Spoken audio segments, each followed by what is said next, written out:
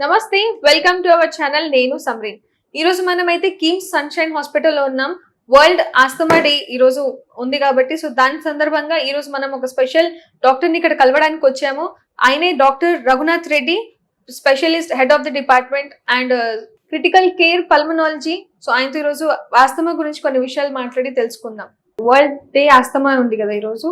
So దాని సందర్భంగా asthma అనేది లైక్ మనుషులు ఎలా స్టార్ట్ అవుతుంది, దానివల్ల ఆస్తమా గురించి మీరు ఏం చెప్తారు? వరల్డ్ ఆస్తమా డే అనేది మనం ప్రతి సంవత్సరం జరుపుకునేది. WHO every year world asthma డేని మనకి మే నెలలో first Tuesday, every May first ట్యూస్డేని వరల్డ్ ఆస్తమా డేగా మనం సెలబ్రేట్ చేస్తాం. అండ్ మే మంత్ని వరల్డ్ ఆస్తమా మంత్గా కూడా మనము సెలబ్రేట్ చేస్తాం. అంటే ఒక జబ్బుని, ఆస్తమాని మనం సెలబ్రేట్ చేయడం ఏంటని మీకు అనుమానం రావచ్చు. ఈ సెలబ్రేషన్ అనేది పండగలాగా కాదు, కానీ బేసిక్ గా ఇది జనాల్లో అవగాహన కల్పించేదానికనేసి స్టార్ట్ అయిందన్నమాట. సో ఒక పర్టికులర్ డేని తీసుకొని ఆస్తమా గురించి డిస్కస్ చేస్తే మనకి చాలా మందికి చాలా రకాల అనుమానాలు, ఫోబియాస్ ఉన్నాయి as far as asthma is concern. So అవన్నీ పోగొట్టేదానికి మనము WHO has come up with this program అన్నమాట. అంటే ఎవ్రీ సంవత్సరం ఆస్తమా డే గురించి మనం సెలబ్రేట్ చేసుకుని దాని గురించి మాట్లాడి ఎవ్రీ ఇయర్ ఒక థీమ్ ఉంటుంది.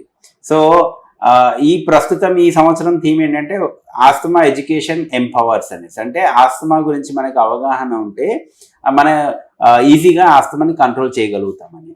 దీని గురించి ఇంతగా మనం మాట్లాడాల్సిన అవసరం ఎందుకు ఉంది అంటే ఆస్తమాకి చాలా ఎఫెక్టివ్ ట్రీట్మెంట్స్ అవైలబుల్ ఉన్నాయి. అంటే ఇన్హేలర్స్ రూపంలో కానీ, లేకపోతే ఇప్పుడు కొత్త రకంగా టాబ్లెట్స్ ఎప్పటి నుంచో ఉన్నాయి, బయలాజికల్స్ అని కూడా వచ్చాయి అనమాట. సో రకరకాల ట్రీట్మెంట్స్ అవైలబుల్ ఉన్నాయి అండ్ చాలా ఎఫెక్టివ్ ట్రీట్మెంట్స్ అనమాట. And 95% of asthma is easily controllable asthma. Only ఒక 5% మంది ఆస్తమానే చాలా మంది సివియర్ గా ఉంటుందని అనుకుంటాం, కానీ మిగతా 95% మందికి ఆస్తమా చాలా ఈజీగా కంట్రోల్ చేయదగింది. రెగ్యులర్ గా inhalers treatment regular follow up ఉంటే ఈజీగా కంట్రోల్ చేయగలిగిన ఆస్తమానే ఉంటుంది. కాకపోతే ఈ అవగాహన లోపం వల్ల అండ్ మూఢనమ్మకాల వల్ల అండ్ వాస్తవాలకి అతీతంగా వాళ్ళ ఆలోచన విధానం వల్ల ఆ ట్రీట్మెంట్ ని వాళ్ళు తీసుకోవట్లేదు, అవైలబుల్ ఉన్న ట్రీట్మెంట్ ని తీసుకోవట్లేదు. దానివల్ల ఏమవుతుందంటే వాళ్ళ ఆస్తమా కాంప్లికేట్ అయ్యి అది చాలా సివియర్ అవుతుంది. దానివల్ల వాళ్ళకి పేషెంట్స్ కి చాలా ప్రాబ్లం అవుతుంది and over a period of time deaths కూడా అవుతున్నాయి.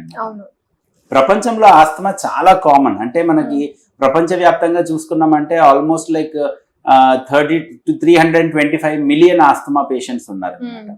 మన ఇండియాలోనే ఆల్మోస్ట్ 3.5 నుంచి 4 కోట్ల మంది ఆస్తమా పేషెంట్స్ ఉన్నారు. కానీ మన ఇండియాలో ఒక ఆస్తమా అనేసరికి అది ఒక చెడ్డ పదం లాగా అయిపోయింది అనమాట. ఆస్తమా అనేసరికి చాలా మంది భయపడతారు. ఎందుకు అంటే ఇంతకు ముందు ఆస్తమాకి ట్రీట్మెంట్ అవైలబుల్ లేని టైంలో ఆ సఫరింగ్ చాలా ఉండేది పేషెంట్స్ కి.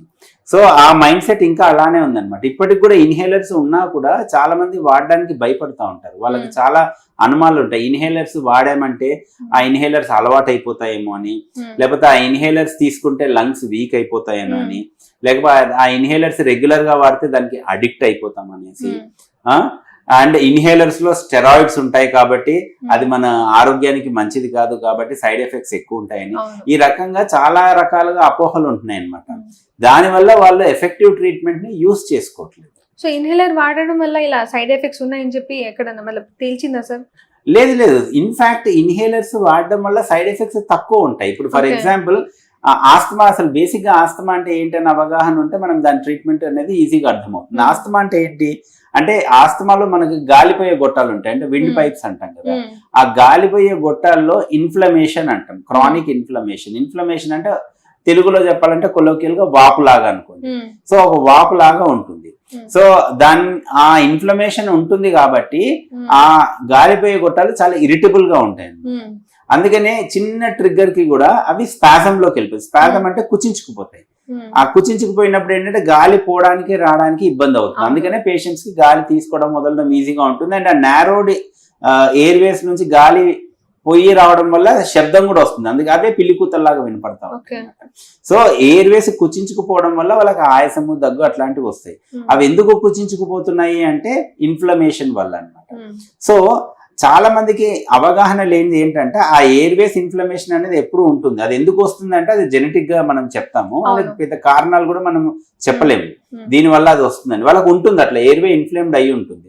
సో ఎప్పుడైతే వాళ్ళు ఏదైనా ట్రిగ్గర్స్ కి ఎక్స్పోజ్ అయినప్పుడు, ట్రిగ్గర్స్ అంటే లైక్ చల్ల గాలికి వెళ్ళారు, లేకపోతే ఒక ఐస్ క్రీమ్ తిన్నారు, కూల్ డ్రింక్ తాగారు, లేకపోతే డస్ట్ కి ఎక్స్పోజ్ అయ్యారు, లేకపోతే ఏమన్నా పంజెంట్ ఓడర్స్ అంటే పర్ఫ్యూమ్స్ కానీ, లేకపోతే ఎనీ పెస్టిసైడ్స్ వాడుతుంటాం ఇంట్లో కొన్ని, అట్లాంటి దానికి ఎక్స్పోజ్ అయ్యారు. అట్లాంటి ట్రిగర్స్ కి ఎక్స్పోజ్ అయినప్పుడు ఏమవుతుందంటే ఆ ఇన్ఫ్లేమ్డ్ ఎయిర్వేస్ హైపర్ రియాక్టివ్ గా ఉంటాయి కాబట్టి అవి స్పాజమ్ లోకి వెళ్తాయి, అంటే కుచించుకుపోతాయి. దానివల్ల గాలి తీసుకోవడం ఇబ్బంది అవుతుంది అనమాట. బట్ అప్పటిదాకా నార్మల్ గా ఉన్న ఎయిర్వేస్ వల్ల వాళ్ళకి గాలి బాగానే ఉంది, నేను బాగానే ఉన్నాను అని అనుకుంటారు యాక్చువల్ గా. కానీ ఎయిర్వేస్ ఎప్పుడైతే నేరో అవుతాయి అప్పుడు వాళ్ళకి సిమ్టమ్స్ తెలుస్తాయి. సో వాళ్ళు ఏమనుకుంటారు, నాకు ఈ చల్లగాలికి వెళ్ళినప్పుడే ఆస్తమా వస్తుంది, లేకపోతే నాకు ఆస్తమా లేదు, లేకపోతే నేను దుమ్ముకి ఎక్స్పోజ్ అయినప్పుడే నాకు ఆస్తమా వస్తుంది, లేకపోతే నాకు ఆస్తమా లేదు, నేను కూల్ డ్రింక్ తాగినప్పుడే నాకు వస్తుంది, లేకపోతే నాకు చలికాలంలోనే దగ్గు వస్తుంది, సో అని అట్లా అంటుంటారు అనమాట. కానీ యాక్చువల్ గా ప్రాబ్లం ఎయిర్వే ఇన్ఫ్లమేషన్ అనేది ఎప్పుడూ ఉంటుంది. ట్రిగ్గర్ కి ఎక్స్పోజ్ అయినప్పుడు మీకు అటాక్ లాగా వస్తుంది అనమాట. అండ్ ఆ అటాక్ కి అప్పుడు ఏం చేస్తారంటే చాలా మంది ఇన్హేలర్స్ అప్పుడు వాడతారు, అప్పుడు ఆయాసంగా ఉంటుంది కాబట్టి ఎక్కువగా రిలీవర్స్ వాడుతూ ఉంటారు అనమాట. సో అది వాడినప్పుడు కొద్దిగా ఎయిర్వేస్ మళ్ళీ ఎక్స్పాండ్ అవుతాయి, గాలి తీసుకోవడం ఈజీ అవుతుంది. అప్పుడు ఏమనుకుంటారు, నాకు ఆస్తమా తగ్గిపోయిందని మళ్ళీ ట్రీట్మెంట్ తీసుకోవడం మానేస్తూ ఉంటారు అనమాట. సో ఈ ఆస్తమా వల్ల అవగాహన లేకపోవడం వల్లనే వాళ్ళు రెగ్యులర్ గా ట్రీట్మెంట్ అనేది వాడట్లేదు. వాళ్ళకి చేయాల్సింది, వాళ్ళు అర్థం చేసుకోవాల్సిన విషయం ఏంటంటే, చాలా మంది ఆస్తమా పేషెంట్స్ ఈ ఎయిర్వే ఇన్ఫ్లమేషన్ అనేది క్రానిక్, అంటే చాలా లాంగ్ గా ఉంటుంది. ఆస్తమా అన్నది క్రానిక్ డిసీజ్, మన బీపీ షుగర్ లాంటి డిసీజ్ అనమాట. అంటే బీపీ గానీ షుగర్ గానీ కంట్రోల్ చేయగలుగుతాం, అట్లా అనేసి పూర్తిగా పోదు. ఆస్తమా కూడా అంతే.